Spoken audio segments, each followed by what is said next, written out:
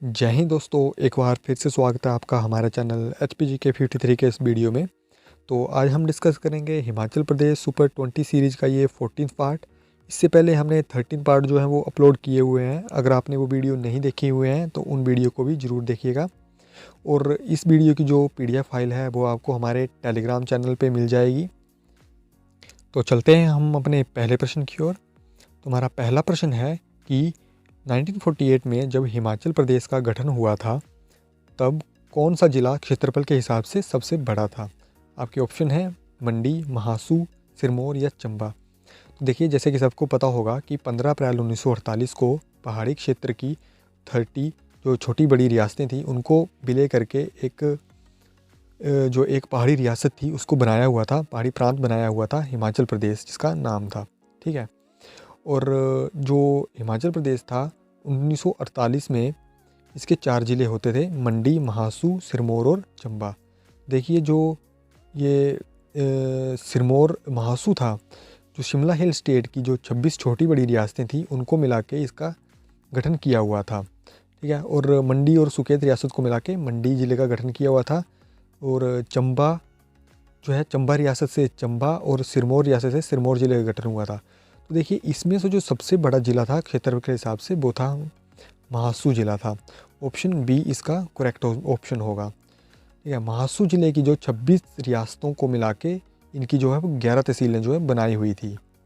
और जो सिरमौर ज़िला था इसकी 4 तहसीलें थी, मंडी ज़िला की 6 तहसीलें थी और ज़िला चंबा की चंबा, चुरा और भटियात, ये 3 तहसीलें और 2 तहसीलें थी, पांगी और भरमौर। तो इस क्वेश्चन का जो करेक्ट आंसर है वो है ऑप्शन बी, महासू। नेक्स्ट प्रश्न है कि हिमाचल में गुड़िया हेल्पलाइन नंबर क्या है। हमारे ऑप्शन है ऑप्शन ए 1515, 1098, 1091 या 1071। तो देखिए, जो हिमाचल प्रदेश में गुड़िया हेल्पलाइन नंबर है वो जो नंबर है वो है 1515। ऑप्शन ए यहाँ पे करेक्ट आंसर होगा। ठीक है। और जो 1091 है वो है वुमेन हेल्पलाइन नंबर, और जो 1098 है वो है चाइल्ड हेल्पलाइन नंबर है। ठीक है। और 1070 जो है वो डिज़ास्टर मैनेजमेंट का नंबर है, हेल्पलाइन नंबर है। ठीक है। तो चलिए चलते हैं हमारे नेक्स्ट प्रश्न की ओर। तो हमारा नेक्स्ट प्रश्न है कि 30 पहाड़ी रियासतों को मिलाकर हिमाचल प्रदेश के गठन के समय हिमाचल प्रदेश का क्या दर्जा था। तो देखिए, जब 30 पहाड़ी रियासतों को मिलाकर 15 अप्रैल 1948 को हिमाचल प्रदेश का गठन किया गया था तो हिमाचल प्रदेश का जो दर्जा था वो था मुख्य आयुक्त प्रांत। ऑप्शन डी इसका करेक्ट होगा। और जो पहले चीफ कमिश्नर थे हिमाचल प्रदेश के वो थे NC मेहता। ठीक है। और उसके बाद भारतीय संसद ने 1951 में गौ श्रेणी के राज्यों का अधिनियम पारित किया था। तो इस अधिनियम के आधार पर 1951 में हिमाचल प्रदेश को गौ श्रेणी का राज्य बनाया गया था। ठीक है। अब जो मुख्य आयुक्त थे उनके स्थान पर उपराज्यपाल बनाया गया था। और जो 1952 में मेजर जनरल हिम्मत सिंह थे उनको हिमाचल प्रदेश का पहला लेफ्टिनेंट गवर्नर बनाया गया था। और 1951 से 1956 तक यह गौ श्रेणी का राज्य रहा था और उसके बाद ये केंद्र शासित प्रदेश हो गया था। ठीक है। इस क्वेश्चन का जो करेक्ट आंसर है वो है ऑप्शन डी। नेक्स्ट प्रश्न है कि चंबा जिले का जो खजियार है वो दुनिया के कौन-से नंबर का पर्यटन स्थल है जिसे मिनी स्विट्जरलैंड का नाम दिया गया है। तो देखिए, जो खजियार है वो दुनिया के 160वें नंबर का जो एक मिनी स्विट्जरलैंड है। ठीक है। जैसे कि मिनी स्विट्जरलैंड का दर्जा दिया हुआ है। और इसे जो मिनी स्विट्जरलैंड का दर्जा है वो है 7 जुलाई 1992 को दिया गया था। ठीक है। इसका जो करेक्ट आंसर है वो है ऑप्शन सी, 160वां। हमारा नेक्स्ट प्रश्न है कि पंजाब राज्य की सीमा हिमाचल के कितने ज़िलों को स्पर्श करती है। तो देखिए, जो पंजाब राज्य है उसको सोलन, बिलासपुर, ऊना, कांगड़ा और चंबा, ये ज़िले जो हैं वो उसको टच करते हैं। ठीक है। तो ये कितने ज़िले हो गए, एक हो गया सोलन, बिलासपुर, ऊना, कांगड़ा और चंबा। तो ये 5 ज़िले जो हैं वो उसको टच करते हैं। ठीक है। अब इसके बाद जो एक और राज्य है उत्तराखंड, उसे किन्नौर, शिमला और सिरमौर, ये 3 ज़िले टच करते हैं। और हरियाणा, इसे सोलन, सिरमौर टच करते हैं। उत्तर प्रदेश को सिरमौर, जम्मू कश्मीर को चंबा और कांगड़ा टच करते हैं, और चीन का तो सबको पता ही होगा, किन्नौर और लाहौल स्पीति ये टच करते हैं। ठीक है, तो हमारे जो नेबरिंग जो स्टेट हैं उनका हमें पता होना चाहिए कि हमारे डिस्ट्रिक्ट के साथ, हमारे ज़िलों के साथ कौन से टच करते हैं। तो हमारा नेक्स्ट क्वेश्चन है कि भारत पर आक्रमण करने वाला पहला अरब मुस्लिम कौन था। हमारे ऑप्शन है मोहम्मद बिन कासिम, महमूद गजनबी, मोइनुद्दीन मोहम्मद या कुतुबुद्दीन ऐबक। देखिए इस क्वेश्चन का जो करेक्ट आंसर है वो है मोहम्मद बिन कासिम। मोहम्मद बिन कासिम भारत पर आक्रमण करने वाला पहला अरब मुस्लिम था।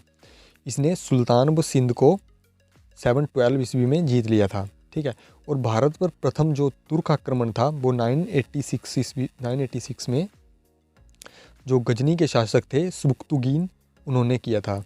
जो सुबुक्तुगीन थे उनका पुत्र था महमूद गजनवी। ठीक है, जो कि पिता की मृत्यु के बाद 997 में गद्दी पर बैठे हुए थे। तो हमारा नेक्स्ट क्वेश्चन है कि वैदिक युग के चरण में राजा को गोप्ती कहा जाता था, जिसका अर्थ था। हमारे ऑप्शन है ब्रह्मांड का राजा, भूमि का स्वामी, प्रजा का स्वामी या पशुओं का स्वामी। देखिए जो ऋग्वैदिक समाज में राजा को गोप्ती कहा जाता था, जिसका अर्थ था मवेशियों का स्वामी। मुख्य रानी को जो है महर्षि कहा जाता था, क्योंकि ऋग्वैदिक समाज जो है वो एक जो पशुचारण था यहाँ पर, इसलिए पशुपालन था उनकी प्रमुख गतिविधि थी। और जो धन का जो मुख्य आय होता था उनके पास वो गाय ही थी। ठीक है, तो इसका जो करेक्ट आंसर है वो है पशुओं का स्वामी, ऑप्शन डी। नेक्स्ट क्वेश्चन है कि राजनीतिक अवसर पर पहली बार भारतीय राष्ट्रीय गीत वंदे मातरम कब गाया गया था। तो देखिए जो भारतीय राष्ट्रीय गीत वंदे मातरम है वो पहली बार किसी राजनीतिक अवसर पर भारतीय राष्ट्रीय कांग्रेस सत्र 1896 में गाया गया था। इसका जो करेक्ट आंसर है वो है ऑप्शन ए। जो वंदे मातरम है वो 1870 के दशक में बंकिम चंद्र चट्टोपाध्याय द्वारा लिखित एक संस्कृत बंगाली कविता है, और वंदे मातरम जो है वो उनके 1882 के बंगाली उपन्यास आनंद मठ में शामिल था। ठीक है, हमारा नेक्स्ट क्वेश्चन देखते हैं। नेक्स्ट क्वेश्चन है कि निम्नलिखित में से कौन सा राज्य नेपाल को भूटान से अलग करता है। तो जो भारतीय राज्य है सिक्किम, वो है नेपाल को भूटान से अलग करता है। सिक्किम इसका करेक्ट आंसर है, ऑप्शन बी। और नेपाल से कौन कौन सी बाउंड्री, मतलब जो हमारे स्टेट हैं इंडिया के, वो कौन कौन से टच करते हैं, वो है यूपी, एक यूपी है, एक यूके है, उत्तराखंड है, एक वेस्ट बंगाल है, और बिहार भी है, और सिक्किम है। जो नेपाल को भूटान से अलग करता है वो है सिक्किम। नेक्स्ट क्वेश्चन है कि जब एक गतिमान पिंड की गति दोगुनी हो जाती है तो उसकी गतिज ऊर्जा में क्या परिवर्तन होता है। हमारे ऑप्शन है एक समान रहती है, दोगुनी हो जाती है, तिगुनी हो जाती है, चौगुनी हो जाती है। देखिए जो काइनेटिक एनर्जी की बात यहाँ पे की गई है, तो काइनेटिक एनर्जी का जो फॉर्मूला होता है, जो काइनेटिक एनर्जी का फॉर्मूला होता है वो होता है हाफ mv²। ठीक है, mv²। अगर यहाँ पे b की वैल्यू 2 रख दी जाए, मान लो कि b की वैल्यू हमने 2 रखी है, 2 का स्क्वायर हुआ यहाँ पे, ये होगा 4। यहाँ से 2 से ये 4 कट गया, यहाँ हमें काइनेटिक एनर्जी की जो वैल्यू मिलेगी वो मिलेगी 2m। ठीक है, मास तो कांस्टेंट ही होएगा, तो मास तो कुछ भी ले सकते हैं, तो 2m आ गई। ठीक है, अब अगर हमारी जो हाफ mv² वेलोसिटी की जो वैल्यू है वो दुगनी कर दी जाती है, मतलब 4 कर दी जाती है, तो 4 का स्क्वायर हो गया 16, ये 2 से 8। तो पहले हमारे पास जो थी वो थी 2 थी, और अब हमारे पास आई ये 8। तो ये कितने गुना बन गई, बढ़ गई, ये बढ़ गई 4 गुना। ठीक है, तो हमारा यहाँ पे करेक्ट आंसर हो गया, ये चौगुनी हो जाती है। ठीक है, नेक्स्ट क्वेश्चन है कि निम्नलिखित में से कौन ओजोन परत को नष्ट करता है। तो देखिए जो ओजोन परत के विनाश के लिए क्लोरीन जो है वो जिम्मेदार है, और ब्रोमीन भी यही प्रभाव डालती है। और यहाँ पे और हैं जो होते क्लोरोफ्लोरोकार्बन है, हाइड्रोक्लोरोफ्लोरोकार्बन है, कार्बन टेट्राक्लोराइड है, आदि कुछ अन्य जो ओजोन गैस हैं ये भी उसके रिक्तीकरण के यौगिक हैं। हमारा नेक्स्ट क्वेश्चन है the keyboard shortcut to launch task bar manager. जो टास्क मैनेजर है उसको उसकी शॉर्टकट की कौन सी है। ठीक है। तो इसके लिए जो टास्क मैनेजर है, जो कि मोस्ट इम्पोर्टेंट एक सिस्टम यूटिलिटी है विंडोज़ में, providing user with important information, ठीक है। ये इम्पोर्टेंट इन्फॉर्मेशन देता है अबाउट किसके बारे में, रनिंग एप्लीकेशन हो गई, प्रोसेसर हो गया, एक्टिव यूज़र अकाउंट हो गया, जो स्टार्टअप प्रोग्राम्स हैं उनके बारे में, सर्विसेज, CPU यूटिलाइजेशन के बारे में, और अमाउंट ऑफ अवेलेबल रैम, ठीक है। तो इसके लिए हमें कंट्रोल ऑल्ट और डिलीट को दबा प्रेस करना पड़ता है हाथों से, ठीक है। नेक्स्ट क्वेश्चन है कि किस खिलाड़ी को जनवरी 2021 के लिए ICC men's player of the month award के लिए चुना गया है। हमारे ऑप्शन है ऋषभ पंत, स्टीवन स्मिथ, विराट कोहली या जो रूट। तो जो इसका करेक्ट आंसर है वो है ऋषभ पंत, ठीक है। तो जो इस अवार्ड की जो शुरुआत है वो इसी साल 2021 से की गई है। इसमें क्या है कि जो महीने का एक बेस्ट क्रिकेटर जो है वो चुना जाता है, ठीक है। तो ऋषभ पंत को चुना गया है जनवरी मंथ के लिए। नेक्स्ट क्वेश्चन है कि हाल ही में किसे भारत के लिए गूगल क्लाउड का MD नियुक्त किया गया है, ठीक है। तो इसका जो करेक्ट आंसर है वो है ऑप्शन बी, विक्रम सिंह बेदी। उनको विक्रम सिंह बेदी को जो है भारत के लिए गूगल क्लाउड का MD नियुक्त किया गया है। नेक्स्ट प्रश्न है कि भारतीय मुद्रा नोटों पर कितनी भाषाएं मौजूद हैं। यहाँ पर ऑप्शन है 24, 14, 17 या 12। तो देखिए जो भारतीय नोटों पर कुल 17 भाषाएं जो हैं वो अंकित होती हैं, ठीक है। नोट के केंद्र में हिंदी और इंग्लिश जो है वो एक प्रमुख प्रदर्शित होती है, और जो 15 भाषाएं हैं वो नोट के बैक साइड में होती हैं, ठीक है। इसका जो करेक्ट आंसर है वो है ऑप्शन सी, 17। नेक्स्ट क्वेश्चन है कि लाइटनिंग किड किस भारतीय खिलाड़ी का उपनाम है। यहाँ पे ऑप्शन है सचिन तेंदुलकर, पंकज अडवाणी, विजेंद्र सिंह या विश्वनाथन आनंद। तो जो लाइटनिंग किड के नाम से फेमस है वो है विश्वनाथन आनंद, ठीक है, जो कि शतरंज से संबंध रखते हैं, ठीक है, शतरंज के खिलाड़ी हैं। इन्हें जो है वो 1991, 1992 में राजीव गांधी खेल रत्न पुरस्कार मिला हुआ था, और यह पुरस्कार प्राप्त करने वाले ये पहले खिलाड़ी थे। नेक्स्ट क्वेश्चन है कि जेते तुम तारे तेते नभ में न तारे हैं। उपयुक्त पंक्ति में कौन सा अलंकार है। तो इस पंक्ति में आपको अलंकार ढूंढना है। तो देखिए इसमें जो है वो तारे शब्द में दो अर्थ छिपे हुए हैं। तारे का मतलब है, एक तारे का मतलब है उद्धार किया, और दूसरे तारे का मतलब है सितारे, ठीक है।